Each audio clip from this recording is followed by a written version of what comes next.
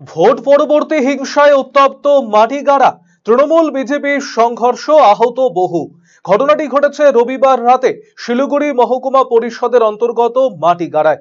অভিযোগ, এদিন মাটিগাড়া বিজেপির বুথ সভাপতির বাড়ি গিয়ে অকথ্য ভাষায় গালাগালি করে তৃণমূলের কর্মীরা এবং জয় শ্রীরাম স্লোগানের বিরোধিতা করে বিজেপি কর্মীদের ওপর এলোপাথারি অস্ত্র চালায় বলে অভিযোগ।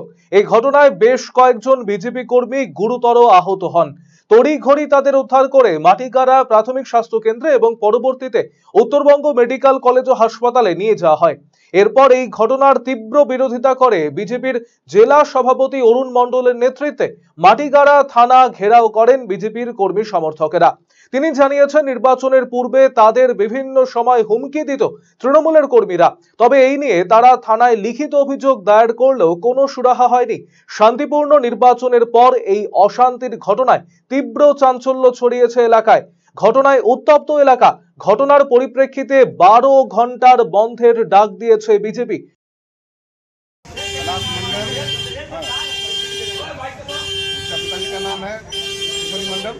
माँ का नाम सुंदरी मंडल। हाँ, वो कल जब वोट के बाद में कल से वो गालागाली कर रहा था, पूरा मेरे को मारे धमकी दे रहा था, उसको भी धमकी दिया है। हाँ, उसके बाद हम लोग थाना में एफआईआर किए, पुलिस लोग नहीं पहुंचा। ठीक है, उसके बाद 6:30 बजे वो पूरा प्लानिंग करके वो मेरा घर पे हमला किया। वहाँ हम लोग सब थे, वहाँ पर सबको मारा है। उसमें उसका भगना है, कैलाश मंडल है, विजय महतो है, अजय महतो है, उसके बाद उसका बेटा क्या नाम है, पंकज मंडल है।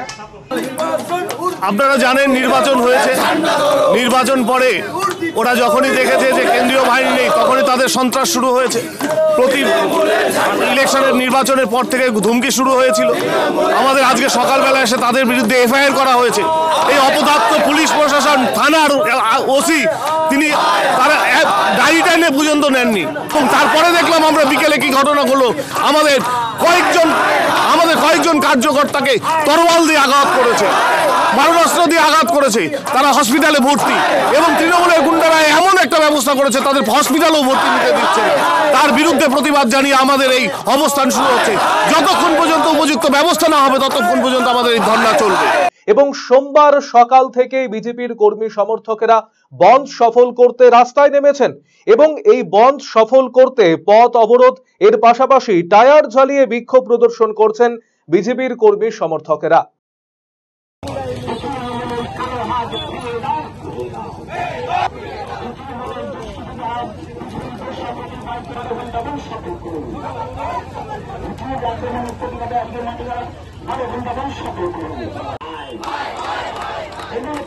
এই ঘটনার সামগ্রিক প্রেক্ষাপট সম্পর্কে আমরা এই মুহূর্তে যোগাযোগ করতে পেরেছি।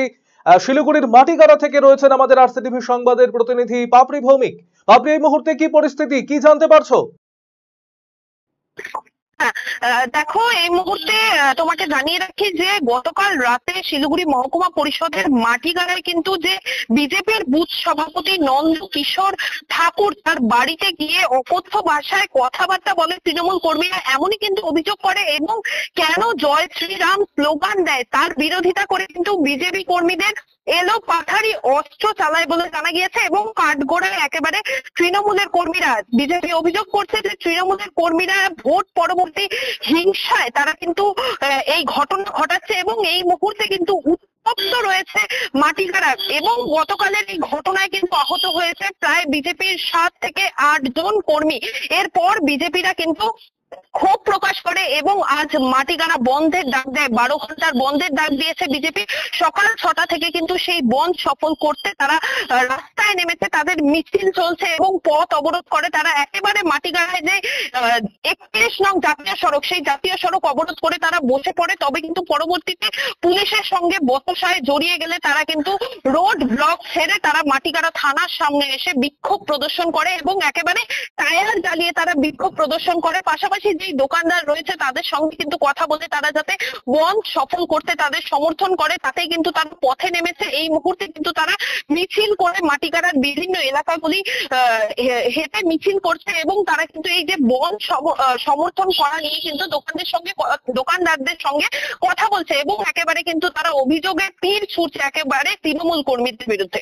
অসংখ্য ধন্যবাদ পাপড়ি, তুমি নজর রাখো খবরের দিকে।